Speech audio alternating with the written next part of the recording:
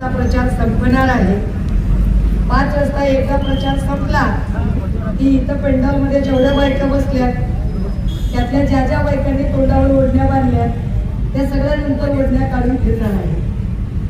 कारण आजचा दिवस तुम्हाला ओढण्या बांधणं भाग आहे. पुन्हा अजून दुसऱ्या 2-3 सभा असल्या तर कसं करायचं? त्यामुळे तुम्ही ओढण्या बांधाव्या लागतात. बरोबर आहे का? तुम्हाला असं वाटेल की तू कुणी तोंडावर बोलतो का? पण बोललं पाहिजे. हे का बोललं पाहिजे माहितीये का?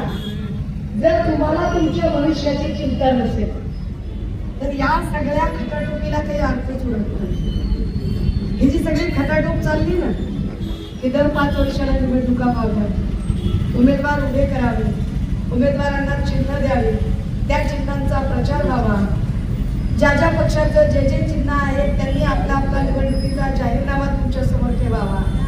त्या जाहीरनाम्यातले कोणते मुद्दे महत्वाचे आहेत त्या मुद्द्यांचा तुम्ही विचार करावा.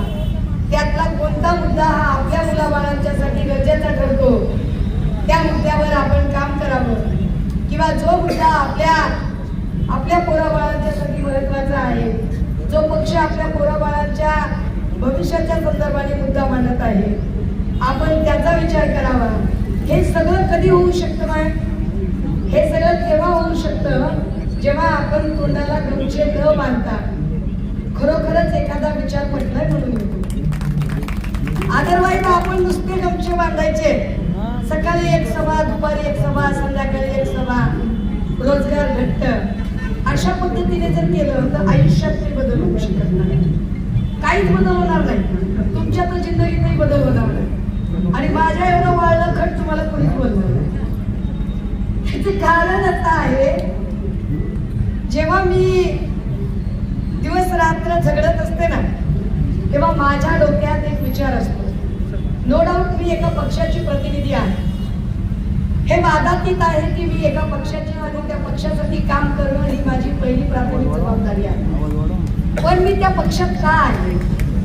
मी त्या पक्षात आहे त्याचं कारण मी ज्या सगळ्या समूहासाठी काम करत होते गेली 15-20 वर्ष, त्या समूहाचे प्रश्न मला अजून मोठ्या प्रमाणात मांडता यावेत म्हणून मी त्या पक्षात आहे. किंबहुना प्रत्येक माणूस वेगवेगळ्या पक्षात का असतो असला पाहिजे तर तो ज्या समूहासाठी काम करतो ते काम करायला सगळं. उदाहरणार्थ म्हणजे तुम्हाला समजावं असं बरं का, आपण इलेक्शनचं सगळं भाषण डोक्यातलं काढून टाकले. मी काय इलेक्शनचं भाषण करणार नाही, प्रचाराचं भाषण करणार नाही, काय गेलं नाही. मला फक्त जेवढ्या तोंडाला फटकं मारलेल्या बायकांनी तेवढ्यांसाठीच बोलायचे, स्पेशल एपिसोड करायचा. मी काय हे सगळं मांडतेय बघा. उदाहरणार्थ काय, डॉक्टर संपदा मुंडे नावाची, ए दादा हे तुझं शिट्टी मारायला बघ, अजिबात आवाजाला काही खोडसाळपणा करू नको. फर्स्ट गिअर टाकलंय मी असं पिकअप गिअर लागले. बरोबर आहे? First, second, third, top, double top आणि डबल टॉपला आवाज जाते, काही काळजी करू नको. माया हो, तुम्ही लय कष्ट घेताय, चिक्कार कष्ट घेता. कुणासाठी कष्ट घेताय? इथं ओढणी बांधून यायची वेळ येते. कशासाठी? लेकरांना 2 पैसे संसारात लागावे म्हणून. बरोबर आहे का? मला तुमच्या अडचणी माहिती आहेत, मला त्या सगळ्या कळतात. पण मला सांगा, हे सगळं आपण ज्या लेकरासाठी करतोय त्या लेकराच्या सुरक्षिततेचा आपण कधी विचार केलाय का? समजा तुम्ही तुमच्या लेकराला एका चांगल्या शाळेत घालताय, एका चांगल्या ऍडमिशन, ती फीस परवडत नाही तुम्हाला. कधी गळ्यातलं किडूक ठेवून तुम्ही त्या शाळेत त्याला ऍडमिशन देताय आणि लेकरू आपलं शाळेत जातं. 3 वर्षाचं, 4 वर्षाचं, 5 वर्षाचं निष्पाप बाळ असतं आणि त्या 4-5 वर्षाच्या बाळावर जर बलात्कार होत असेल तर काय?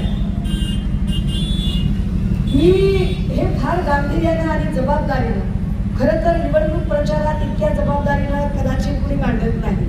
ते गोड बोलतात, सगळं फार गोड बोलतात. आमचा पक्ष असा, आमचा पक्ष तसा, ताई माई अक्का विचार करा पक्का, ह्याच्यावर मला शिक्का ते रोजच लावते तू का?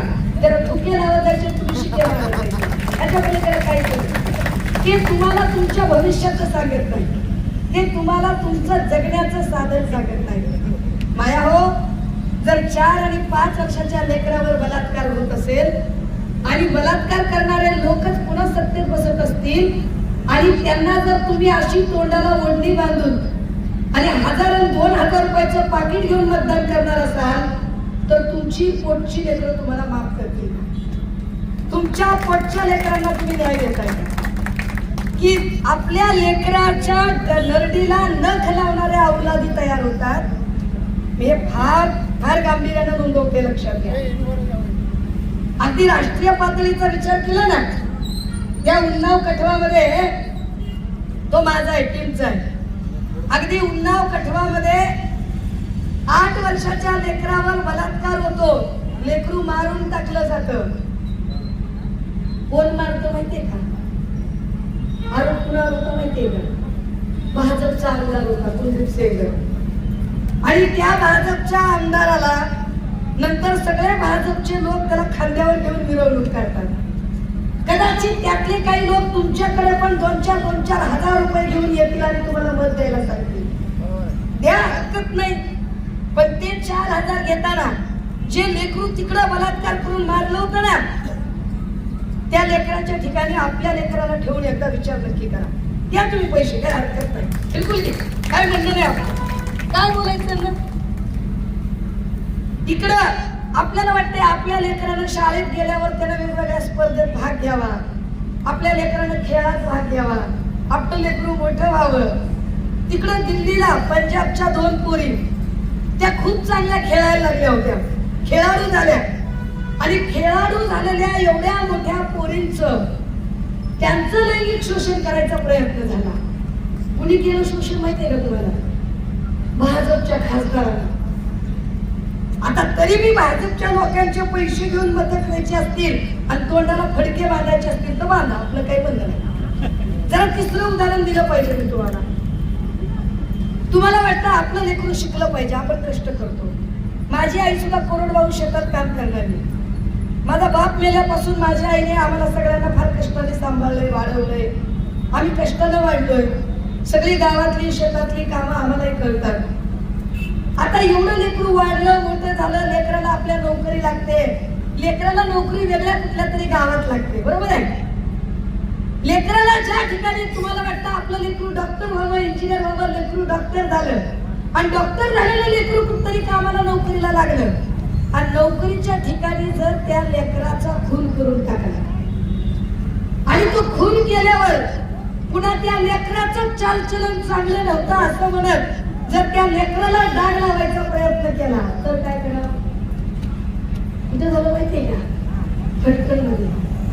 डॉक्टर संपदा मुंडे, डॉक्टर संपदा मुंडे ही पोरगी डॉक्टर झाली, शिकली सवरलेलं लेकरू ते तिथं नोकरीच्या ठिकाणी गेलं आणि त्या लेकराला मारून टाकलं. मारूनच्या मारून वरून तिचं चालचलन चांगलं नव्हतं असं सांगणारे बदमाश तयार झाले. मारणाऱ्यांमध्ये आरोपी कोण होता माहितीये का तुम्हाला? भाजपच्या खासदाराचं नाव होतं बरं काय, आणि भाजपच्या खासदाराचा पीए होता. मग त्या पीएलाच भाजपनं तिकीट दिलं आणि त्या पीएला निवडून पण आणलं. निवडून कुणी आणलं माहितीये का? तुमच्यासारख्या तोंडावर फडकं मारणाऱ्या बायका, ज्यांना कळलंच नाही की यार आपलं लेकरून ते लेकरू सारखेच आहे ना. आपण जर आज हे करू तर जी वारी त्या लेकरावर आली उद्या ती आपल्या लेकरावर पण येऊ शकते ना. काय विचार केला माया हो?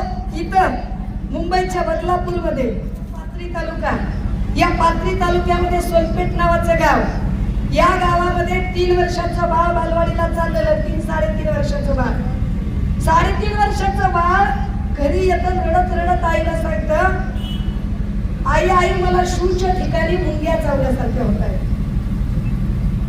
शूच्या ठिकाणी मुंग्या चावल्यासारख्या होत आहे, पोटात दुखतंय. काय झालंय हे बघितल्यावर लक्षात आलं की लेकरावर लैंगिक अत्याचार झालाय. माणसं कोण होती माहितीये?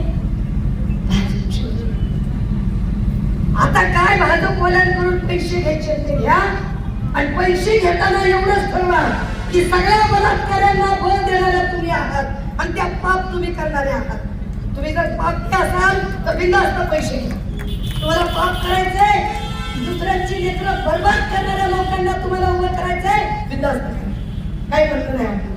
पण हे पाप कुठं फेडणार आहात त्याचा जरा विचार करा. आता जरा मी दुसरीकडे येते. काल इथं कुणीतरी आला होता वाघ सभेला. हा ते असं फोनवर बोलणारा माणूस. हॅलो उदय, इकडे आपण आता MIDC आणू शकतो का? उदय काय वाटते तुला, आपण MIDC आणू शकतो का? हो साहेब आपण आणू शकतो. उदय आपण समुद्र पण आणू शकतो. उदय आपण डोंगर साहेब आपण डोंगर पण आणू शकतो. ते बी लय पैसे घेऊन येते. बालाजी कल्याण चिक्कार पैसे, बालाजी कल्याण चिक्कार पैसे. मला सांगा, तुम्ही सकाळी झोपेतून उठल्यापासून कष्ट करता तरी तुमच्या पदराच्या गाठीला शिंपीला महिन्याला 5,000 मागे पडत नाहीत. बालाजी कल्याणकर आणि त्याची बायको असं कोणते गटारे खाण्याला जात असतील की 5 वर्षात 10 पट प्रॉपर्टी त्यांची वाढते. कोणतं कष्ट करतात तुम्ही? पैसा कुठून येतो त्यांच्याकडे? मग लक्षात येतं की अरे हे तर सगळं बदमाशीच येतं. पैसे कुठून आले यांच्याकडे? माय नाव घ्या हो. तुम्हाला वाटतं की तुमचं लेकरू चांगलं शिकलं पाहिजे. तुम्ही लेकराला त्याचा वाटेल तो लाड करताय, त्याला शिकवता. ते लेकरू कॉलेजला जायला लागतं आणि जसंही ते कॉलेजला जायला लागतं त्याचे जरा कान लांब होतात, जरा त्याला अक्कल जास्त यायला लागते, ते जरा जास्त फुलफुलल्यासारखं करते आणि मग ते दारू, बिडी, सिगरेट, गांजा सगळ्याच्या आहारी जाते. भट्ट्या कुणाच्या? दारूच्या भट्ट्या कुणाच्या? गांजा कुणाचा? 3 वर्षापासून लढते मी. 3 वर्षांपासून 115 कोटीचं ड्रग्ज त्या साताऱ्यामध्ये सापडलं. ड्रग्ज कुणाचं होतं माहितीये का? डायरेक्ट उपमुख्यमंत्र्याच्या भावाच्या दारात ड्रग्ज सापडलं. कारखाना सापडला. एकनाथ शिंदेच्या भावाच्या दारात कारखाना सापडला. पुराव्या सकट बाहेर आला. बर्बाद कोण होणार आहे? तोंडाला ओढण्या बांधून फिरणाऱ्या बाया हो. तोंडाला ओढण्या बांधून फिरणाऱ्या बाया हो. विचार करा तुम्ही ज्यांच्या कांदा तरी ओढणी, तू लाल ओढणी वाली तिच्या बाजूची काय ओढणी? तुमच्या भविष्यासाठी चाललंय हे निवडणूक प्रचारासाठी नाही. अजिबात म्हणणार नाही की आम्हाला मत देता. नका देऊ मत. जर तुम्हाला तुमची बर्बादी करून घ्यायची असेल तर घ्या पैसे आणि घ्या कुणाला मत द्यायचे ते. पण जर तुम्हाला असं वाटत असेल की तुमच्या लेकी बाळींवर कुणी वाकडी नजर जरी करून बघितली तर त्याचा डोळा करून हातात त्याची ताकद असणारी माणसं पाहिजे, तर मशाल निवडली पाहिजे, तर जातीचा शिवसैनिक निवडला पाहिजे, तर शिवसैनिकाला मतदान केलं पाहिजे. जर तुम्हाला असं वाटतंय की आपल्या लेकराला व्यसनाच्या आहारी नाही लावलं पाहिजे, आता 48 तासांनी मतदान आहे. आजपासून दारूचे कॅन खुलतील. पोलिसांना माहित नाही असं नाही बरं का. पोलिसांना सगळं माहित असते. काय काय ठिकाणी तर पोलिसांच्या गाडीतूनच जाते का काय असं वाटते. सगळं माहित असते. एवढे सगळे बेकायदेशीर धंदे काय पोलिसांना माहिती नाही. एकाकड छक्कन दुरीकड सत्यांत तिरीकट आट्यान चौकाकट नौका ओपन शिव दिना क्लोज झुकू दिना सगळे वाक्याचे आकडे वाट लावली ना. नांदेडची वाट लावली ना सगळ्या बेकायदेशीर धंद्याने. कुणी रेती उकरून खायची, कुणी गावठी दारी उकरून खायची, कुणी गांजा विकायचा, कुणी मटक्याचा आडा चालवायचा आणि त्यांना उमेदवारी हंडी द्यायच्या. कुणी ज्याला 25 वर्ष काँग्रेसनं मोठं केलं त्यानं उमेदवारी द्यायच्या आणि त्यानं निष्ठा सांगायच्या. काय कमाल आहे. लाजा वाटल्या पाहिजे त्यांना. अशोक चव्हाणच्या समोर भाजपचा नेता म्हणतो की नांदेडमध्ये काहीच विकास झाला नाही. अशोक चव्हाण मुख्यमंत्री होते. अशोक चव्हाणचे वडील शंकरराव चव्हाण मुख्यमंत्री होते. अरे स्वतःच्या मानाचा नाही बापाचा तरी सन्मान ठेवायचा ना. बापाच्या सन्मानासाठी तरी बोलायचं. अशोकरावचं तोंड बंद शिवलेलं एक शब्द अशोकराव बोलत नाही. विचार करा. 25 वर्षाच्या काँग्रेसनं दिला त्या काँग्रेसचा जो माणूस झाला नाही. स्वतःच्या बापाबद्दल पक्ष बोलतोय, जो आपल्या बापाचा मान ठेवू शकत नाही ते तुमचा मान ठेवणार आहे होय. तरी मी स्वतःची बेइज्जती करून घ्यायची असेल तर महाराष्ट्राचा मान सन्मान ठेवायचा असेल तर मात्र मशाल सोडावी लागेल. एवढं नाही. जर तुम्हाला वाटत असेल माय बापाच्या इमानदारीनं तुमच्यापैकी कुणी बी चॅलेंज आहे इथं चॅलेंज स्वीकारायचं इथं आपण तुम्हाला पैसे द्यायला तयार आहे. आता ह्या बाई मधलं कुणी बी एका बाईनं अशोकराव चव्हाणला फोन करावा आणि अशोकराव चव्हाणला फोन उचलावा. उचलतोय फोन तुमचा नाही उचलत. पण मी खात्रीने सांगू शकते आमच्या भालचंद्र नाईक किंवा रोहिदास दादाला जर फोन लावला तर अर्ध्या रात्री ही माणसं फोन उचलणारी आहे. अर्ध्या रात्री माणसं सुखदुःखाला येणारी आहे. ही सगळी माणसं तुमच्या सोबत आहेत. मग बरंच होऊ द्या पाटील किती महाग लागणार किती काहीतरी स्वतःचा मान सन्मान ठेवा. इथं नांदेड वाघाळाच्या महापालिकेत तसा तर सगळ्यात महत्वाचा प्रश्न एकच असतो की प्यायच्या पाण्याचं काय प्यायचं पाणी मिळालं पाहिजे. कसं प्यायचं पाणी मिळालं. पाणी मागितलं की दारूच पाजायला नेते. पाणी मागितलं की दारू पाजते बाकी बोलतच नाही. हे थत्ती हे शिक्षित हे माहिती हे चपटी हे फुगा हे हातवटी दुसरा विषयच नाही. दारू पाजू घर बरबाद झाली ना बाय. अशा दारू पाजणाऱ्यांना धडा शिकवावा असं वाटत नाही का तुम्हाला. बघा दारू पाजणाऱ्यांना किती जणींना वाटतंय बरं सांगा बरं. आता सगळ्यांच्या तोंडाचे फडके निघाले का माय. हा चांगली गोष्ट आहे. माया हो एक लक्षात घ्या तुकाराम महाराज काय म्हणले माहितीये का. जे आपण अशी ठावे ते इतरांना सांगावे. शहाणे करून सोडावे समजावून सांगा. आणि का समजावून सांगा तर रामदास समर्थ म्हणताय की पुढती हे जन नो देखावे डोला म्हणून कळवला येत असेल की तुम्हाला सगळ्यांना जे बर्बाद करायला लोक बसलेले आहेत जे तुम्हाला बुडवायला बसलेले आहेत हे बुडवणं बघवत नाही म्हणून सांगणं म्हणजे. इथले प्रश्न तसे अनेक आहेत पण काहींना वाटेल मग काही काँग्रेसला निवडावं काय. येडे तुम्ही. गंगाधर ही शक्तिमान आहे. काय काँग्रेस आणि भाजप वेगळं नाही. हे दोघं एका थालीचे चट्टेवरती आहेत. अशोकराव जरी भाजपमध्ये गेले असले तरी अशोकरावने स्वतःची यंत्रणा काँग्रेसमध्ये जाणीवपूर्वक ठेवली आपल्या कंट्रोलमध्ये राहावी म्हणून. त्याच्यामुळे जर तुम्ही असं वाटत असेल की नाही भाजप निवडायची काँग्रेस निवडायची उपयोग नाही. भाजप निवडली काय काँग्रेस निवडली काय चाकरी अशोक चव्हाणचीच करावी लागेल. मार्क माय वर्ड. आणि ह्या सगळ्यात जर बाहेर पडायचं असेल मग काय तर म्हणतील मग आम्ही तिकडे जावं का. आम्ही बागाचे कल्याण कर. कुणाचं कल्याण केलं. कल्याण कर कुणाचं कल्याण. सासूबाईचं कल्याण मेवण्याचं कल्याण पाहुण्याचं कल्याण नात्या गोत्याचं कल्याण. तुमचं काय कल्याण झालं.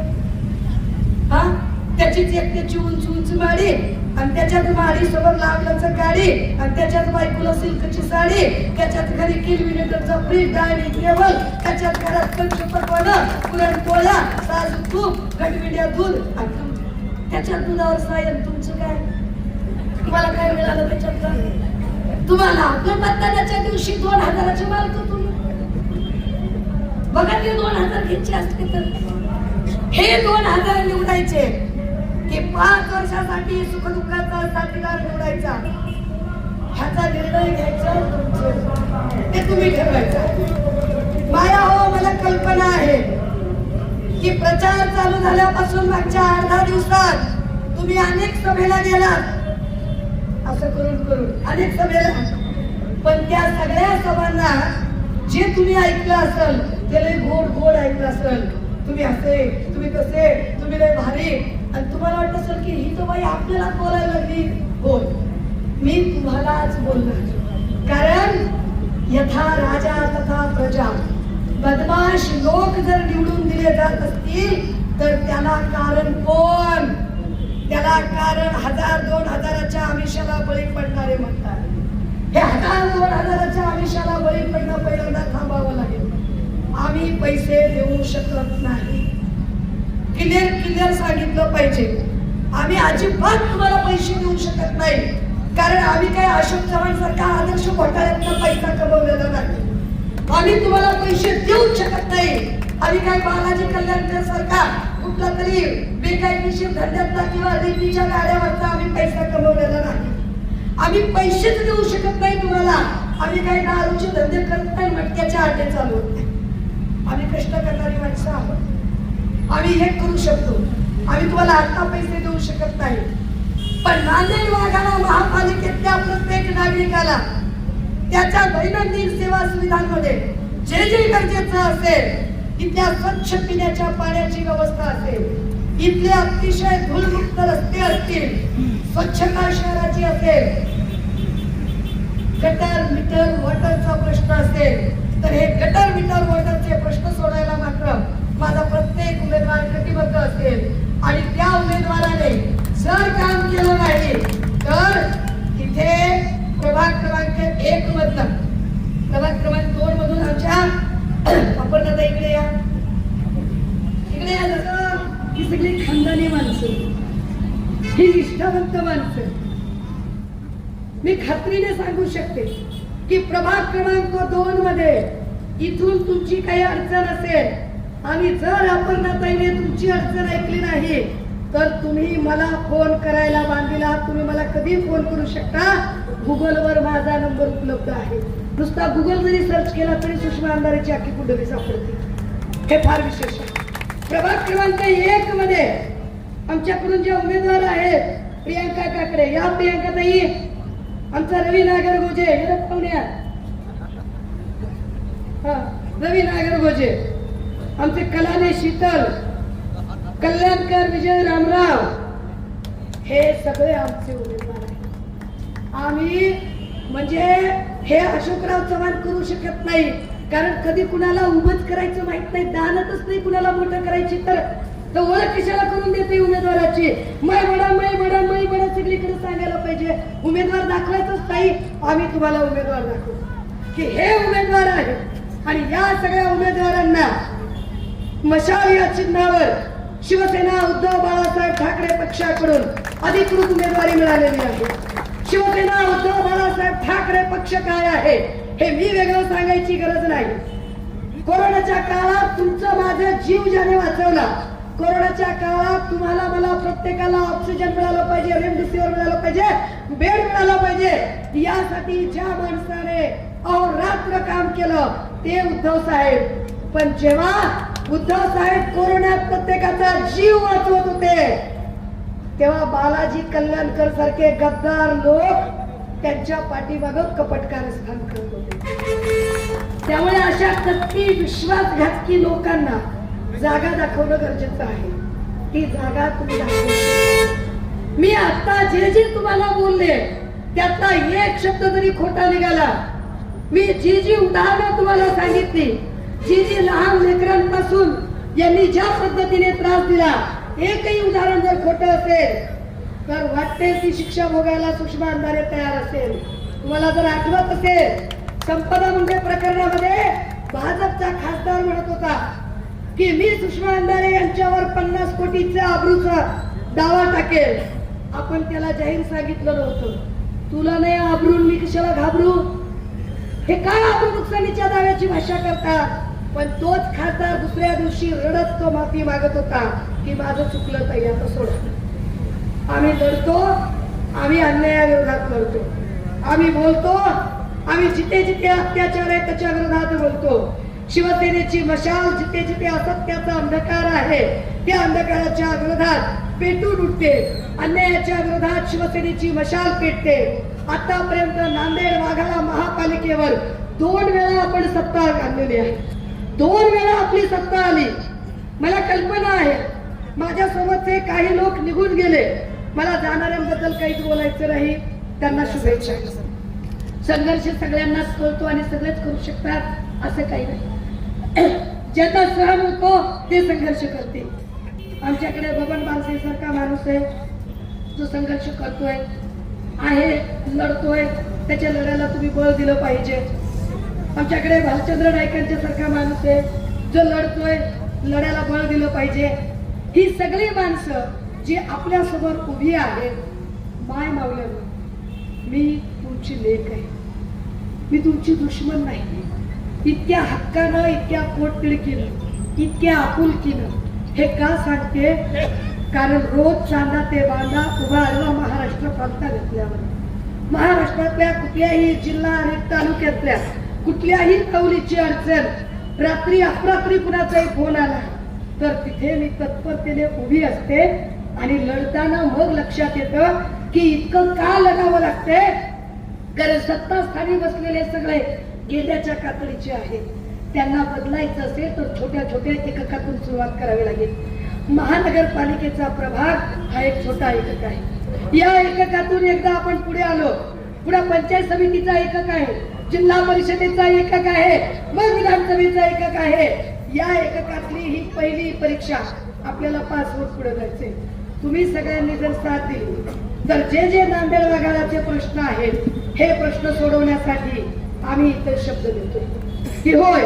आणि अजून एक, काही जणांना असं वाटेल खबरे असतात बघा, बसत आहे कसं खबरे असतात, काही खबरे म्हणजे सुषमा अंधारे आली का, भाषण करते का, मग खबरे लगेचच इकडून तिकडून, इकडे माझ्या डावीकडे असतील, इकडे उजवीकडे कुठे पडद्याच्या मागे असतील, इकडे मागे स्टेजच्या मागे असतील, पुढे एखादा कुठेतरी गर्दीत असेल, लगेच मोबाईल चालू करतात, रेकॉर्डिंग तरी करतात, नाहीतर त्यांच्या नेत्याला ऐकवायचा प्रयत्न करतात. काय काय काय काय तुम्हाला सांगू का, हे जे खबरे आहेत ना याच्यावर आपण चिडायचं नाही कधी. खबऱ्यांचं अर्थकारण फार मोठं नसतं विचारायचं, खबऱ्यांचा बिझनेस काही फार मोठा नसतो, साधी माणसं असतात. खबऱ्यांचं किती अर्थकारण असतं, फार फार तर एक हाफ बिर्याणी आणि एक नाईट. हे सगळे जे हाफ बिर्याणी आणि 90 वाले पंटर आहेत जे खबरे म्हणून मोबाईलवर रेकॉर्ड करतात, त्या सगळ्यांनी अजून एक गोष्ट रेकॉर्ड करा. मी इतकं बोलते म्हटल्यावर काही जण म्हणतील बाईचे काय फरक पडतोय, बाई बोलली एवढं काय, अजिबात बाई समजून हलक्यात घ्यायचं. मी आमदार नाही, मी खासदार नाही, पण महाराष्ट्राचा मुख्यमंत्री आणि उपमुख्यमंत्री मी आरी आणू शकते हे महाराष्ट्रानं बघितलं. त्यामुळे माझ्या उमेदवारांना दबाव आणणे, धमकावणे, माझ्या कार्यकर्त्यांना धमकावणे, माझ्या कार्यकर्त्यांना दाबदडप करणे असा प्रयत्न जर कुणी करणार असेल, जोपर्यंत तुम्ही गोडीत बोलताय, वारकरी संप्रदायातलं लेकरू आहे, जोपर्यंत तुम्ही गोडीत बोलताय, मग 10 वेळा माऊली म्हणून तुम्हाला नमस्कार करायला तयार असेल. पण जर कुणी धमकावण्याची, दडपशाहीची जर भाषा करल, याला कणपटीला घोडा लावल्याशिवाय ग बसायची, नाच करायचा नाही वाटत. मी एवढ्या ताकदीने सांगते की होय, ताकद आहे ती माझी महाराष्ट्रातल्या प्रत्येक माय लेकीला संरक्षण देण्याची ताकद आहे माझी, महाराष्ट्रातल्या प्रत्येक गोरगरिबांचा प्रश्न आघाडीवर आणण्याची आणि त्या प्रश्नावर लढण्याची. तर नांदेड वाघाळा मधल्या या महापालिकेमध्ये स्वतःला सरंजामदार म्हणणाऱ्या त्या सगळ्या सरंजामदार संस्थानिकांची त्यांना सुद्धा सरळ करायची ताकद ठेवते आणि फार शिस्तीत ठेवते. आणि लक्षात घ्या, मी एकटी असतानाही याच भाषेत बोलत होतो, एकदम एकटी चळवळीत असताना. आता तर माझ्यासोबत चळवळ प्लस उद्धव बाळासाहेब ठाकरे प्लस राजसाहेब ठाकरे अशी तिहेरी ताकद आहे. आता तर अजिबातच माघार घेत नाही. तुम्ही सगळेजण ताकदीने सोबत असाल आणि 15 तारखेला निवडणुकीच्या दिवशी अतिशय शांतपणे या सगळ्या मुद्द्यांचा विचार कराल की ज्या लोकांनी तुम्हाला वर्षानुवर्ष फसवलंय, पुन्हा त्यांचे 2000 रुपये घेऊन मतदान करायचं की नवा बदल घडवून आणायचा, तुमच्या हातात निर्णय आहे, तुम्ही तो निर्णय घ्याल. माझं बोलणं कुणालाही दुखावण्यासाठी नव्हतं, पण तरी सुद्धा माझ्या बोलण्यामुळे कुणालाही वाईट वाटलं असेल, राग आला असेल, उपमर्द झाला असेल, कुणाच्याही भावना दुखावल्या गेल्या असतील, तर अशा सगळ्या खबऱ्या खुबऱ्यांची, त्यांच्या हुजऱ्या मुजऱ्यांची, त्यांच्या आका फाकांची एकाची बी माफी मागत नाही. मला असंच बोलायचं होतं, हेच बोलायचं होतं आणि हेच प्रेमातून बोलत राहणार आहे. Decision is yours. मशाल दिसली पाहिजे. मी अजिबात तुम्हाला टेक्निकल मध्ये जाणार नाही की मशीनवर एवढा नंबर बघा तेवढा नंबर. मशीन बघायची, मशाल बघायची, रक्कन शिक्का हलायचा. मशीन बघायची, मशाल बघायची, शिक्का हलायचा, बाकीचं काय नाही. आपण सगळेजण ताकदीने सोबत राहूया. मला खात्री आहे अपर्णाताई या भागातून प्रतिनिधी म्हणून नक्की निवडून येतील आणि विजयाच्या सभेला पुन्हा एकदा आपल्या सोबत येते हा शब्द देते, थांबते, रजा घेते. जय हिंद, जय